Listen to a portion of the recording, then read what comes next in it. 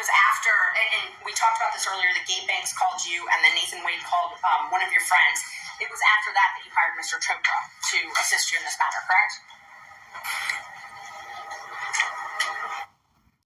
This is part 3 of Terrence Bradley back on the witness stand as ordered by the judge to come clean about what he knows about Nathan Wade, because the judge said it's not attorney-client privilege for him to hold back information. So he's doing the best that he could, but the long pauses lets me know he's still holding back somewhat. And the footage is done by 11 Alive News. They released the audio. Was it after that?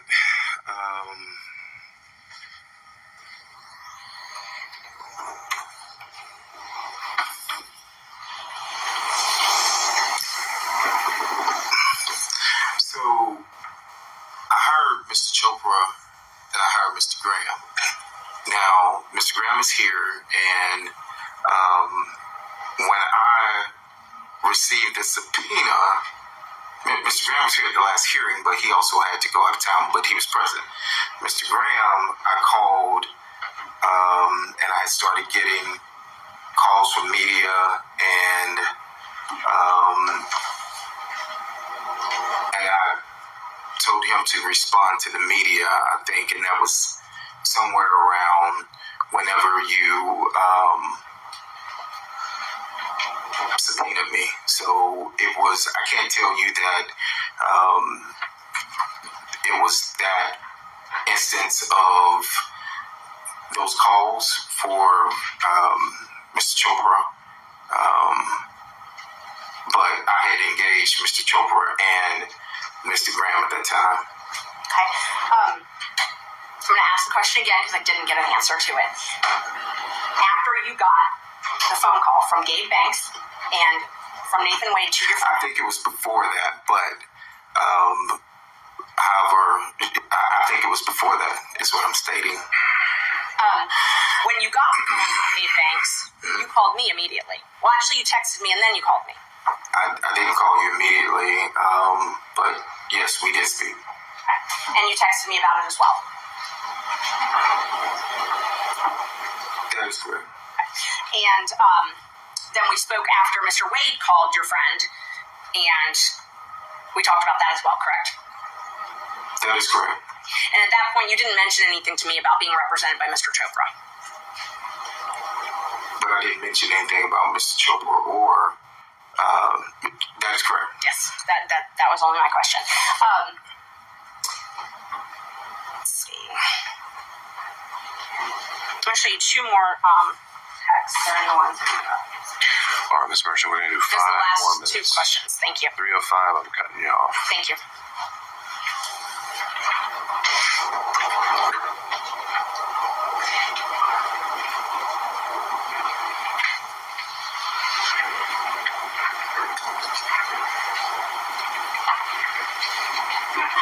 May I approach? I'll show you total text to refresh your memory and then I'll ask you.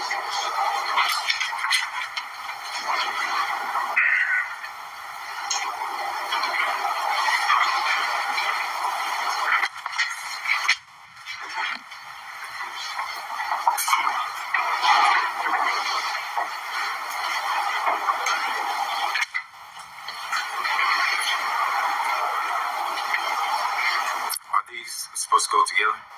Oh, these are two separate dates? Totally different dates. Okay, all right.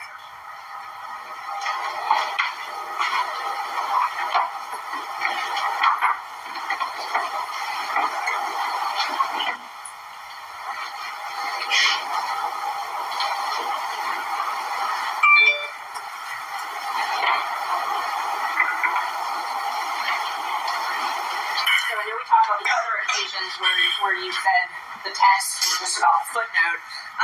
But do you recall me asking you, do you think it started before she hired him? And you said absolutely. You recall that? I see that in the text message, yes. Okay. And do you also recall me asking you how they would react if they would attack me? And you said no, they will deny it. Your Honor, objection as to speculation. As as to how he thinks they will react. I think that goes to the motivations of the witness overall. And you told me that they will deny it. That's written in there, yes. I just want one last opportunity. You're an officer of the court, correct? I am. And you're under oath today? I am. Is there any of your testimony from today or the previous days that you want to correct?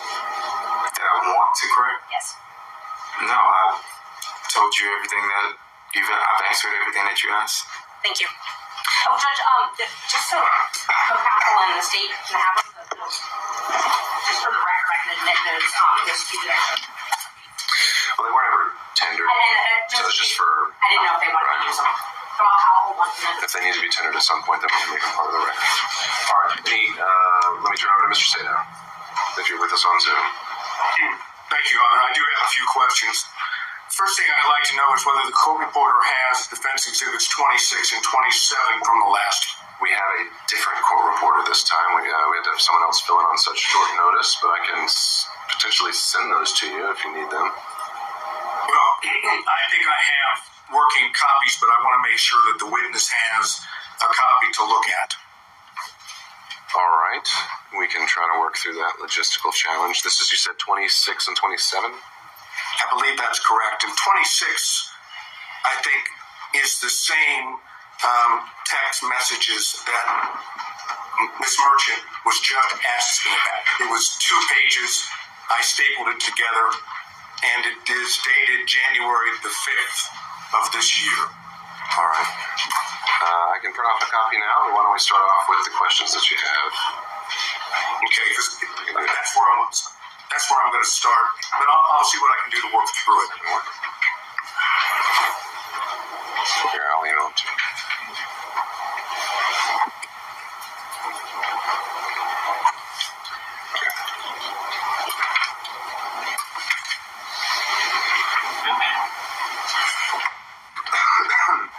All right, Mr. Sato, why don't we start with your question, and we'll see if we actually need to get a copy of those exhibits from the witness.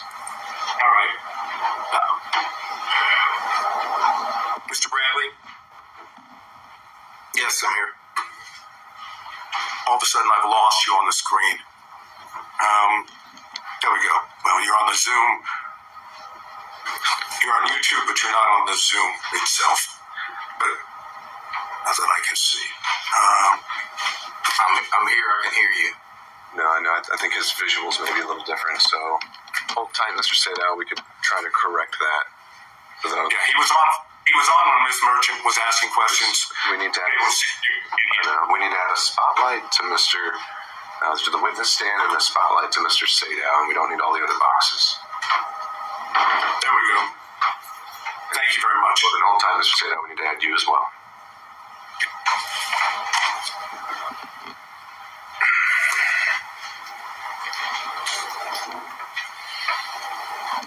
All right, now we're ready. Thank you, sir. Mr. Bradley, you have referred to Mr. Wade as your client, correct? Correct. You understand that the court has ruled that communications that you had with Mr. Wade are not privileged, correct? No, I'm aware that the court ruled that one specific dealing with the time frame of one specific conversation wasn't privileged. Then I'm going to ask Your Honor, if is that the limitation? Or To clarify, sure, Mr. Sato, you asked whether all communications with Mr. Wade, I think, were covered. That was not the extent of the ruling. The only ones that I deemed were not covered, and that I'd asked about in the camera hearing, because those are the ones that were relevant, were any communications Mr. Wade made regarding the existence or non-existence of a romantic relationship with Ms. Willis. Fine, thank you, Your Honor. I understand. So, going back to this line of inquiry, when you say you don't have personal knowledge, what I want to ask you to start with is very simple. Did you have communications with Mr. Wade about the relationship between Mr. Wade and Ms. Willis? It's a simple yes and no. Yes. Okay. And is it your testimony that during the time you were representing him, which I understood started sometime in 2018, is that correct? That's the time frame that I remember, yes. Is it your testimony under oath that with regard to conversations with Mr. Wade about his relationship with Ms. Willis, that you only had one such conversation during the time you represented Mr. Wade? One conversation of what? I apologize. The only thing I'm asking about is that area that the court said is not privileged, which is the relationship between Mr. Wade and Ms. Willis. You've testified that during the time you represented Mr. Wade from 2018 on, that you only had one conversation with him in reference to the relationship between Ms. Willis and Mr. Wade. Is that correct? Yeah, I think that's fair, Larry. Yes. Okay, so out of the entire time, I'm talking about could be 2018, 2019, 2020, 2021. When did you stop representing Mr. Wade? It was a few months after I left the firm. All right, give me the approximate time. I left maybe June, July of 2022, maybe. Okay, so that would suggest that for, assuming it's 2018, 2019, 2020, 2021, and half of 2022, which is in the vicinity of 4 to 4.5 years, you're testifying under oath you had one conversation about a relationship between Mr. Wade and Ms. Willis. Is that correct?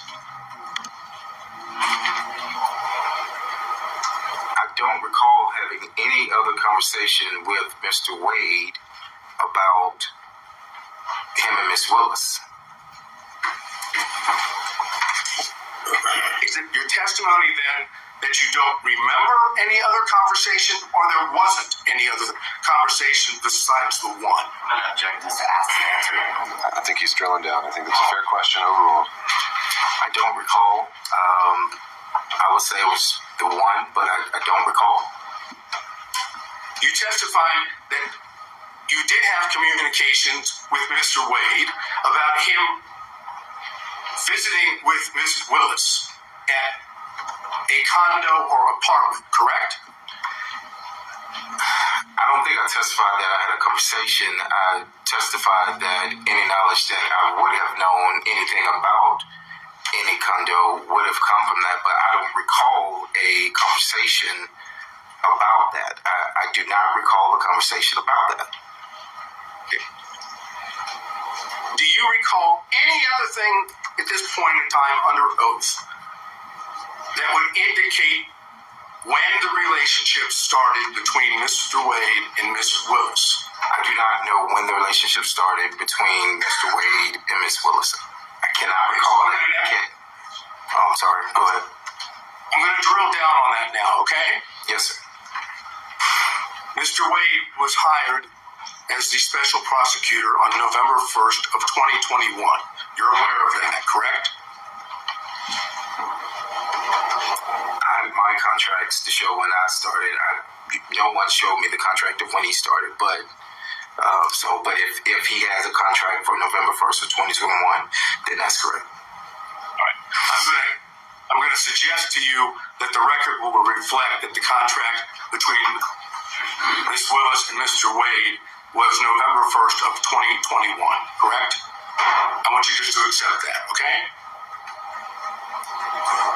Is it your testimony that you don't know under oath whether or not there was a relationship between Mr. Wade and Ms. Willis before the contract? I do not recall any dates of when the relationship started. So whether you are pinpointing a date of when his contract started or not, I'm telling you I did not recall any specific date that he flat out said anything about a relationship with Miss Willis. Okay. Now I want to go, based on what you've just said, let's go to what was Defense Exhibit 26. Okay? In Defense Exhibit 26, which I showed you last time, was 2 pages of text messages between you and Miss Merchant, correct? Correct. All right.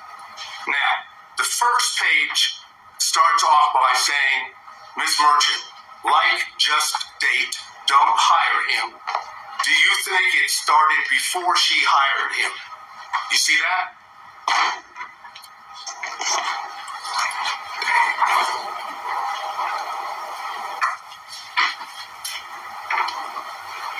Yes, I see it. Yes. And your response to that was absolutely correct. I'm going to object, ask, and answer in cumulative. All right. So, Mr. Sadow, I do think we went through a lot of these texts.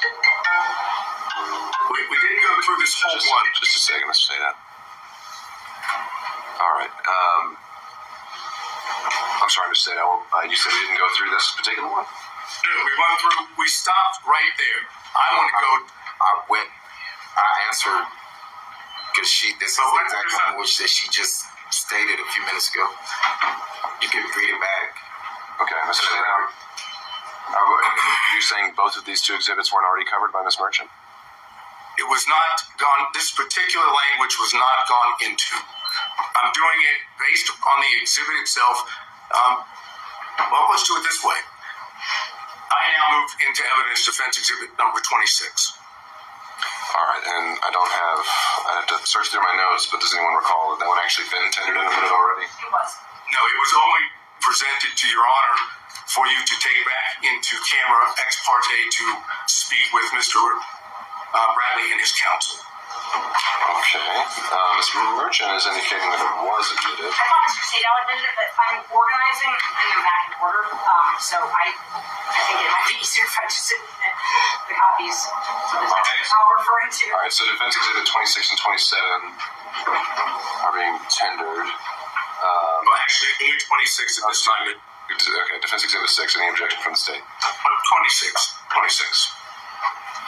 I'm going to object as it relates to foundation and authentication. It was used to, during the last hearing, for the purposes of refreshing his recollection.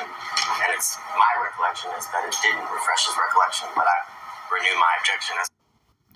As you come onto the page, kindly hit the like bell and subscribe to the channel if you haven't done so as yet. Thank you. Asked and answered in cumulative. Okay. As to foundation and authentication, I think Mr. Bradley has recognized them as texts that he sent and received, so I think I'd overrule on that basis any other objections to their admissibility from any other defense counsel, and seeing Defense Exhibit 26 is now admitted. Mr. Sadow. Thank you. All right, let's continue now. I'm publishing it. After you said the word absolutely, on your own, you said it started when she left the DA's office and was judge in South Fulton. They met at... Object. Asked and answered. All right, understood, Mr. Body. I'm going to let Mr. Sadow have a few minutes on this, and we'll go from there. But Judge, I'm sorry. I did answer this. I answered it for Ms.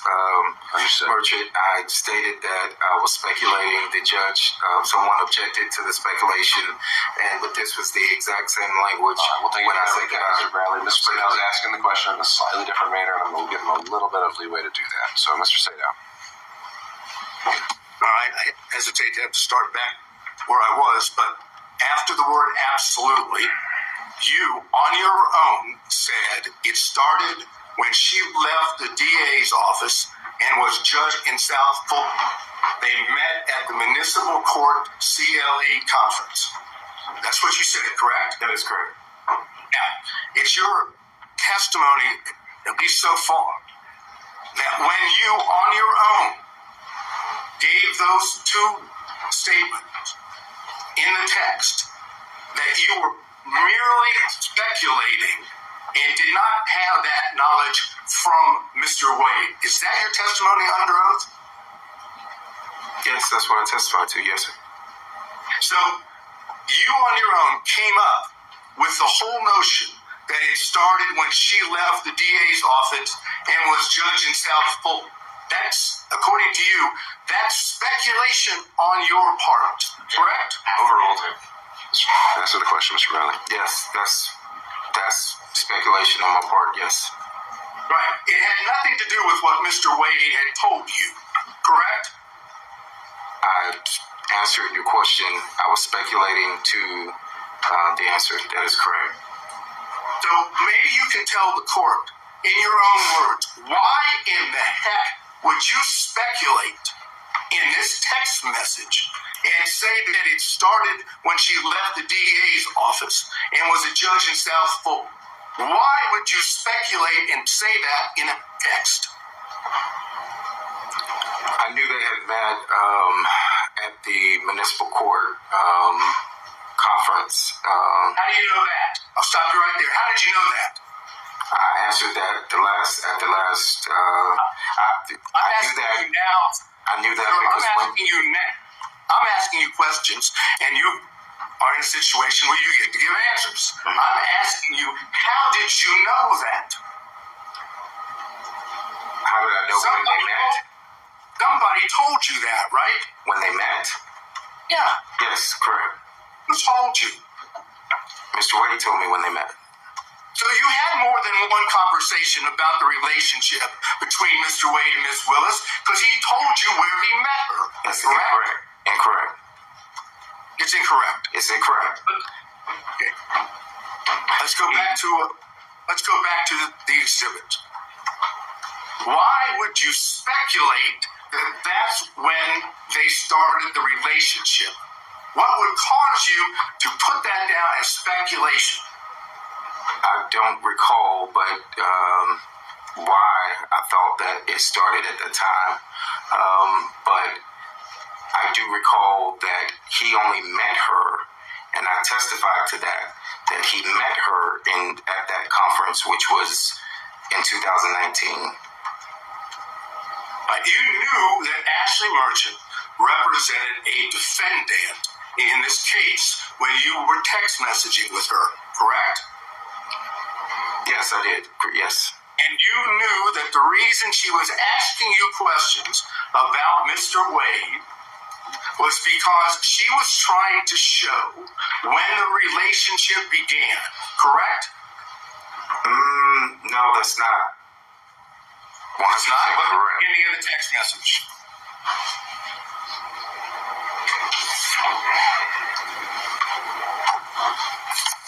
Yes, but what messages were before this message, before she said that? I can't answer that question because I don't have them. All I have is what's in front of you. Yes. And it says that she says, do you think it started before she hired him? So you knew, as the counsel for a defendant in this case, that Ms. Merchant was asking you specifically about the knowledge that you had regarding the timing of the relationship between Wade and Ms. Willis, correct? I mean, based on this, yes, I see what was asked. And in response to that, you answered directly on your own what you now claim to be speculation, right? That's correct. So I ask you one more time before I move to the next part of this. Why would you speculate when she was asking you a direct question about when the relationship started? I have no answer for that. Except for the fact that you do in fact know when it started, and you don't want to testify to that in court. That's the best explanation. This is completely argumentative. That's the true explanation, because you don't want to admit it in court, correct? No, I have no direct knowledge of when the relationship started. I'm not going to go back through that again. But if you didn't know, and you were asked specifically as this exhibit shows, maybe you can explain why you wouldn't say, I don't know.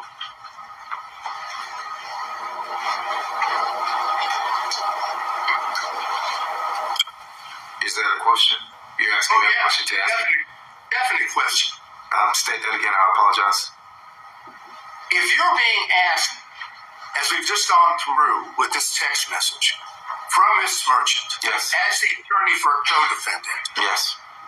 and she's asking you about the relationship, and she's clearly asking you about the timing, why wouldn't you just have said in response, I don't know when it started? I don't know why I didn't say I don't know. Maybe, again, it's because you know what the truth is, and that's why you answered exactly the way you did in Defense Exhibit 26, correct? No, I can't sit here and tell you that what you just stated was correct. What you want the court to believe, and you want the rest of us to believe, is that for some unknown reason, upon being asked a direct question about when the relationship started, you decided on your own to simply speculate and put it down in a text message as opposed to putting down what you actually knew. That's what you want the court to believe, correct? That was a lot. So can you break that down? I apologize. You're asking me, do I want the court to believe that instead of saying nothing, you decided on your own to speculate. Yes, I speculated. Yes, I've stated that I speculated. Yes, sir. That's what you want the court to believe, correct? That's correct. Okay, now, then when you go to the next page of that, okay, you see, the best that I can see, it starts in South Fulton. Is that what you have in front of you? Second page.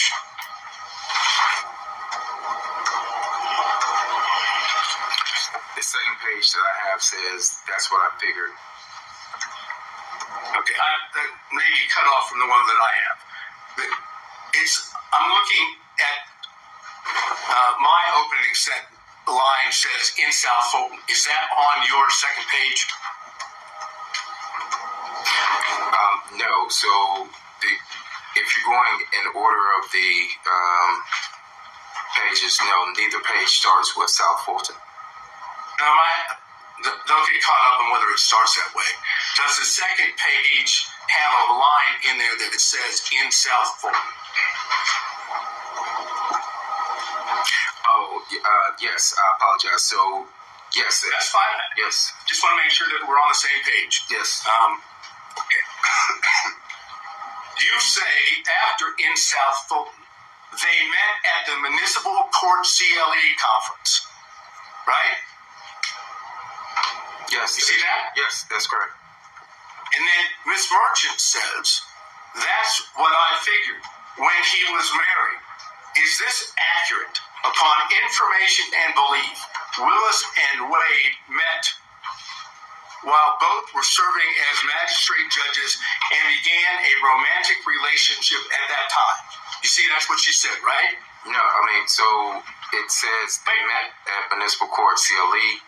The only other thing here says that's what I figured when he was married. There's no response for me on that day. And then there's another response.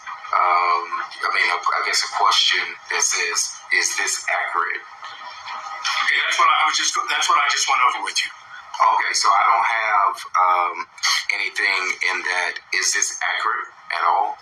I can show the court. It just says, is this accurate with the question mark? I don't have anything following that.